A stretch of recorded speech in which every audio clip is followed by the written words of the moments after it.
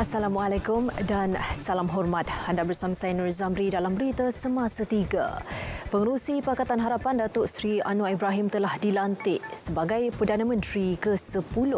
Untuk perkembangan terkini di perkarangan Istana Negara, kita terus sahaja bersama Mohan Chinasami yang kini berada di pintu utama.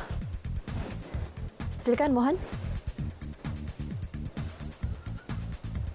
Baik dulu, seperti yang anda sedia maklum, saya masih lagi berada di perkarangan pintu 1 atau pintu utama Istana Negara, dan selepas keluarnya satu kenyataan media daripada pihak Istana Negara yang menyatakan bahawa Datuk Seri Anwar Ibrahim yang merupakan ahli Parlimen Tambun, pengurusi Pakatan Harapan dan juga Presiden PKR telah pun dilantik sebagai Perdana Menteri yang ke-10.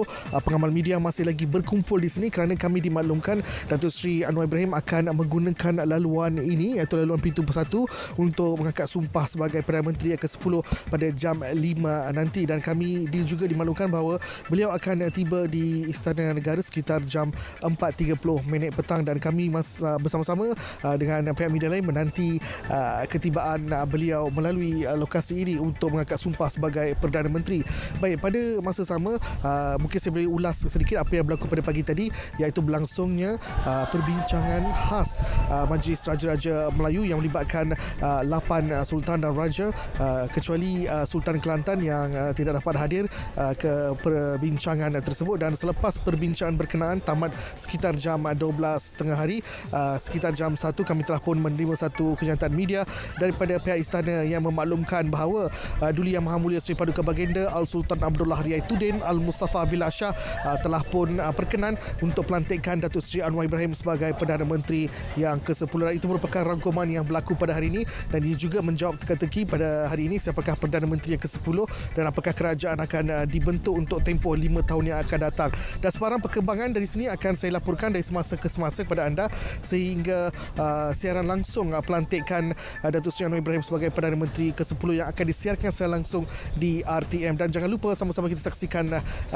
istiadat mengangkat sumpah sebagai Perdana Menteri yang ke-10. Baik, kita terus ke Adliah yang ketiga ini berada di pintu 2 pula Istana Negara bagi memberikan apa yang berlaku di lokasi tersebut. Silakan Adliah.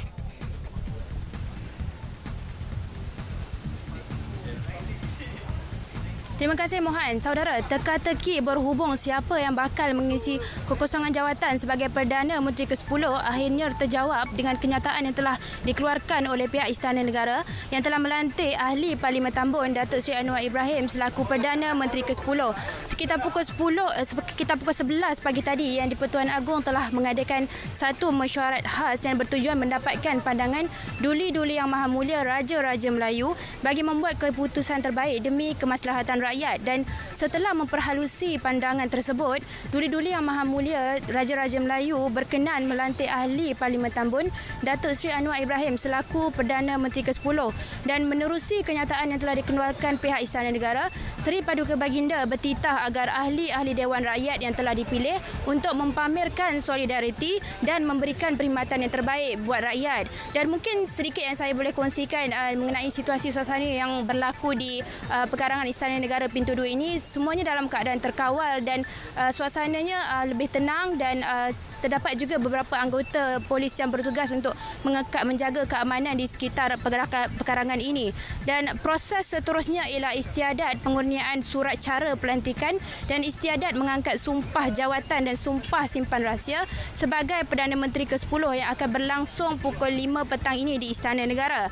Dan saudara, saksikan istiadat pengurniaan surat cara pelantikan dan istiadat mengangkat sumpah jawatan yang akan disiarkan secara langsung di TV1 atau secara dalam talian menerusi YouTube Berita RTM ataupun Berita RTM Klik. Dan untuk itu, setakat ini saja perkembangan yang saya dapat kongsikan langsung dari perkarangan Istana Negara pintu 2 ini. Kembali kepada Nurul Zamri di Angkasa Puri. Silakan. Terima kasih Adalia. Doa dan sorakan berkumandang di pejabat Datuk Seri Anwar Ibrahim, sejurus makluman Presiden Pakatan Harapan itu sebagai Perdana Menteri ke-10. Ikuti perkembangannya bersama Jasmaidi Arif di Jalan Gasing, Petaling Jaya.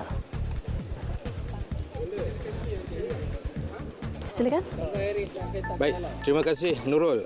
Sebentar tadi kira-kira pukul 2.15 petang, pagar utama pejabat Datuk Seri Anwar dibuka dan kelihatan penyokong-penyokong menitipkan doa tanda kesyukuran setelah menerima berita pengumuman Presiden Pakatan Harapan sebagai Perdana Menteri Malaysia ke-10.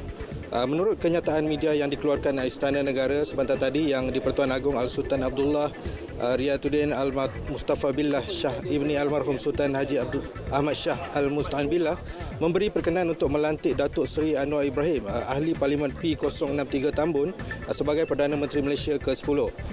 Selaras dengan kuasa baginda yang diperuntukkan di bawah perkara 40-2A dan perkara 43-2A Perlembagaan Persekutuan. Istiadat penggunaan surat cara pelantikan dan istiadat pengangkat sumpah jawatan dan setia serta sumpah simpan rahsia sebagai Perdana Menteri akan dijadualkan berlangsung pada pukul 5 petang hari ini di Istana Negara. Pengamal media di hadapan pejabat beliau masih lagi tidak mendapat makluman pergerakan Datuk Seri Anwar Ibrahim sama ada beliau akan hadir ke sini sebelum bergerak ke Istana Negara bagi menyempurnakan istiadat penggunaan surat cara dan istiadat mengangkat sumpah simpan rahsia sebagai Perdana Menteri.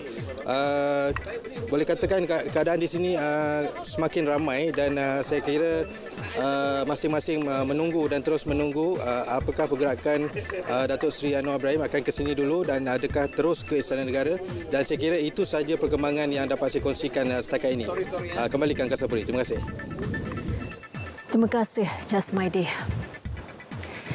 Pengasas rumah Bonda Siti Bainun diperintah bela diri atas dua tuduhan mengabai dan menganiaya remaja sindrom Down Bella. Tetapan dibuat selepas mahkamah mendapati wujud prima facie bagi kedua-dua pertuduhan. Hakim Mahkamah Session Hakim Izrael Izam Sanusi menetapkan prosiding bela diri bermula 5 hingga 9 Disember. Keputusan dibuat selepas meneliti laporan dan pendapat doktor pakar yang merawat serta memeriksa Bella. Siti Bainun didakwa mengabai dan menganiaya remaja perempuan berusia 13 tahun itu sehingga menyebabkan mangsa mengalami kecederaan fizikal serta emosi. Baik, laporan itu mengakhiri berita Semasa 3. Kita berjumpa lagi.